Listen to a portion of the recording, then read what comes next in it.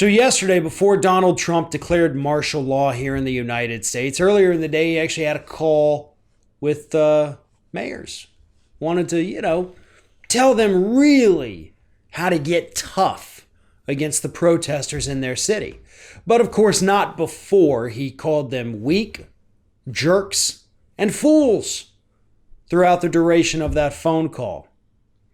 And he also said that you're weak, you're fools, you're jerks, because you're not, quote, dominating the protesters.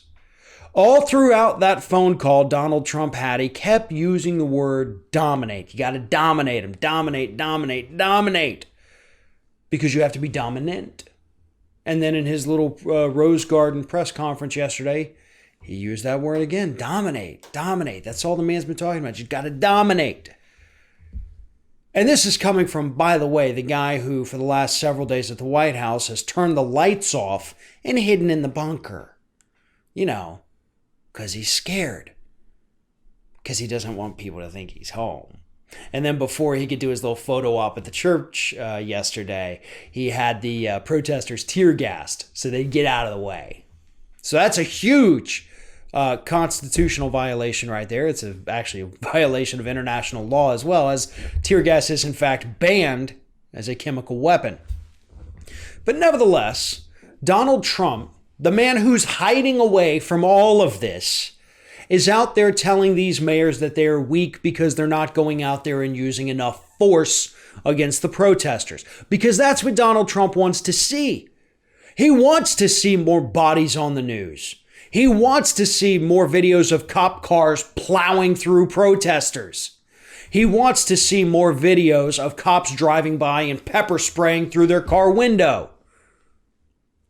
Does he want to see more videos of toddlers getting pepper sprayed and tear gassed? Does he want to see the videos of the little girls having to have milk poured in their eyes to try to release the pepper spray from them so it stops burning? Because it sounds to me like that is what the President of the United States wants to see. These mayors are doing everything they can. Some are having good responses. Some are absolutely horrendous. But one thing is clear. Most of the people out there in the streets raising these issues, these are not violent people. These are not criminals. They're not looting. They're not doing anything wrong. They're only doing what the Constitution says they're allowed to do. Meanwhile, the police forces, the President of the United States, many of these mayors that Donald Trump is castigating as weak, they're the ones actually breaking the law. That's what's happening in this country right now. That's what's so messed up. And that's what far too many people don't quite seem to understand.